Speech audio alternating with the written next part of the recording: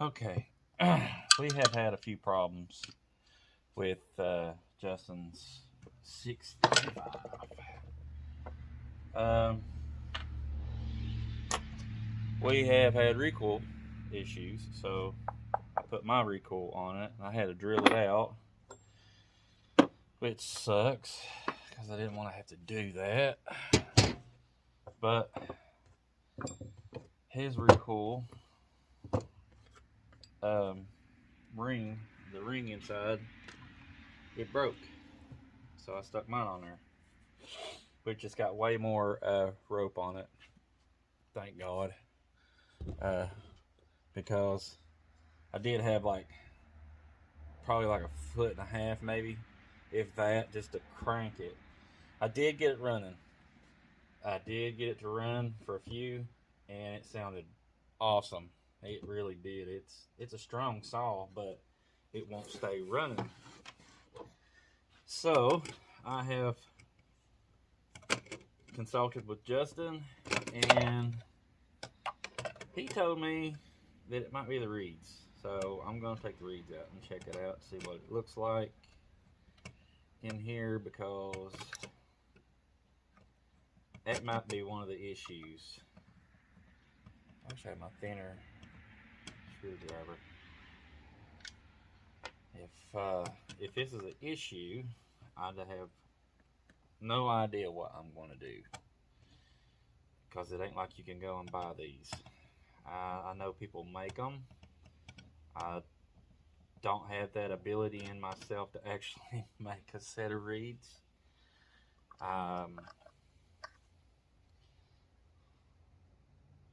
They're plastic.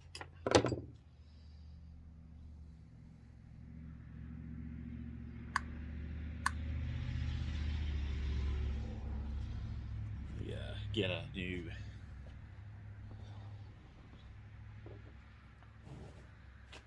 Because this is a little dirty.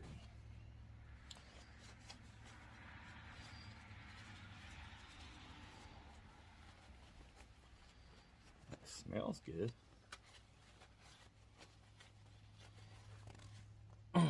Well, like it's supposed to smell. Well,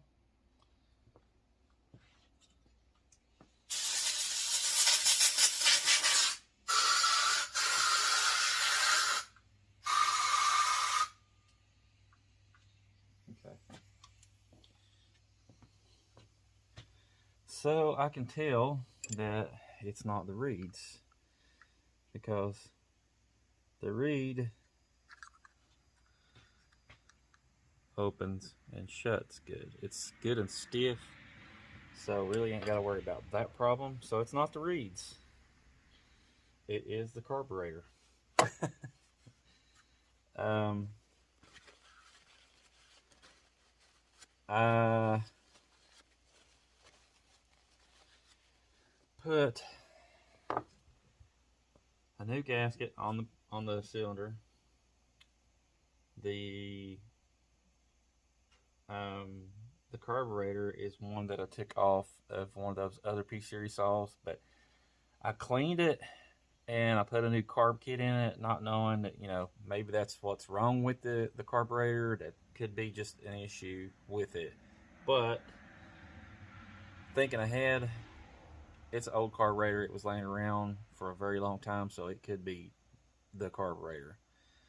Um, to me, whenever it is on the when it's on the reed block, it for some reason, to me, it feels like it's putting too much fuel into the cylinder. And I turned all the way in on both jets, turned one out. The high went out just a little teeny bit more, probably not even an eighth of an inch. But I'm so happy this is not one of the problems.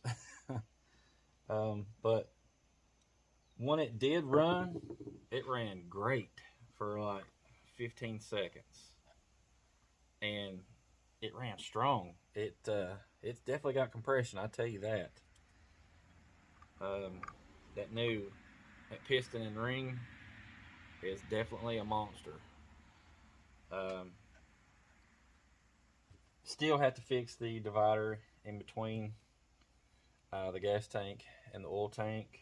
I thought that I had that problem fixed, um, but no, it's leaking a little tiny bit, not a whole lot, but just a tiny bit.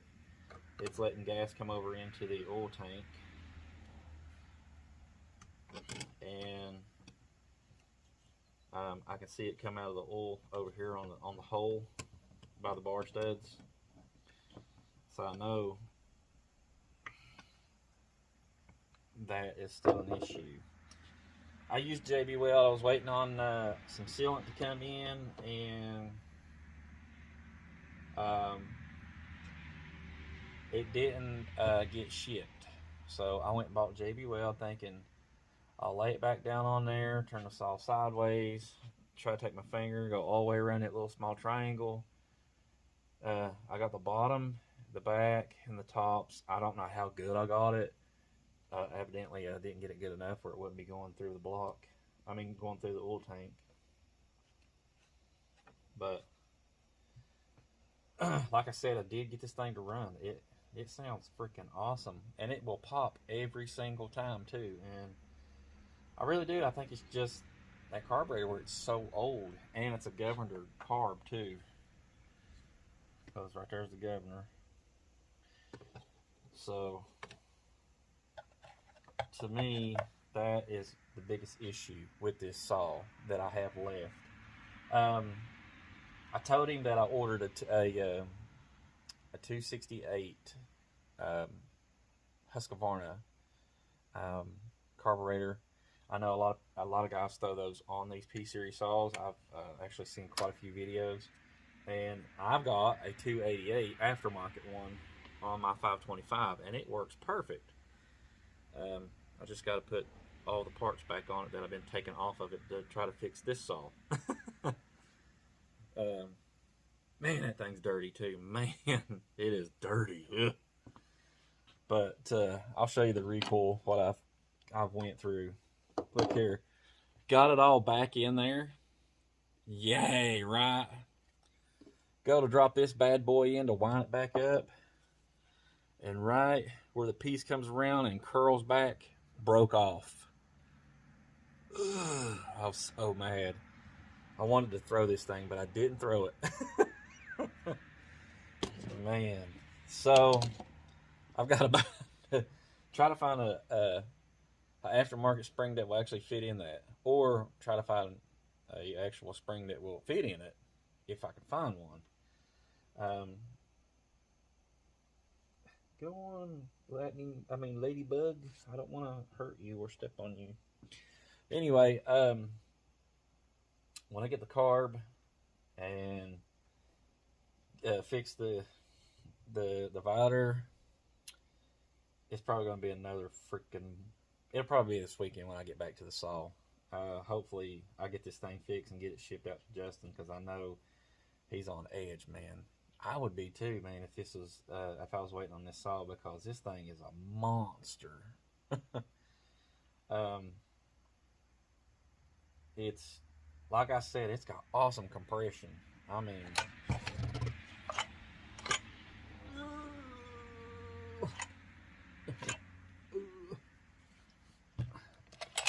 and when you go to crank that bad boy, whew, man. Oh, the coil that I put on this thing actually worked. Like I said, I had this thing fired up for a little tiny bit, and it ran great. I know it's that carburetor where it's been sitting so freaking long. I've got a question to anybody that actually knows about these carburetors on the P series. On this side of the carburetor where the throttle goes in, there's this little tiny, like a flathead type of brass fitting right here. It comes out of the bottom of the carb right here on the corner. If I could get you guys closer, I would, but I can't. Right here. Is there an adjuster or something like that built into this car for the fuel setting?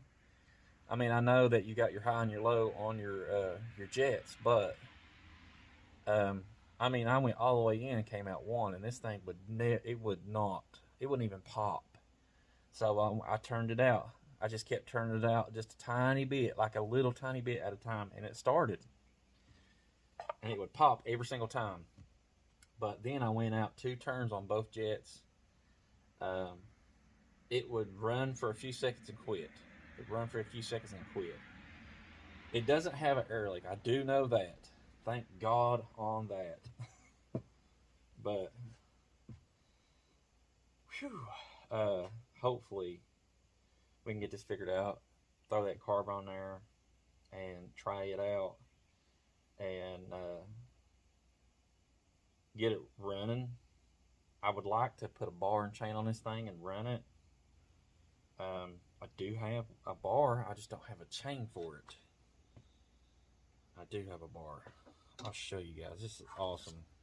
I found this down there at Ben's house. He gave it to me. It's a roller tip, old roller tip. And it actually fits the P series saws. It would probably fit Homelite too. They got the big holes right here. But he said he bought this thing and he never used it. He was going to put it on a P50 and run this. And I told him, I said, man, I said, I'll take it if you're not going to use it. And he said, here, you can have it. And he just reached it to me. I was like, thank you. So, Justin, Bubby, I might just throw this, when I go to ship your saw out, I might just throw this in the box because I'm not going to need this. But you're going to have to find you a chain, and I honestly really do not know. Like right here is the information on the bar. I mean, I don't know. I mean, is it coming out? Because I can't really tell. Is it coming out? Probably not. Oh, there it is. There it is. There it is. Maybe.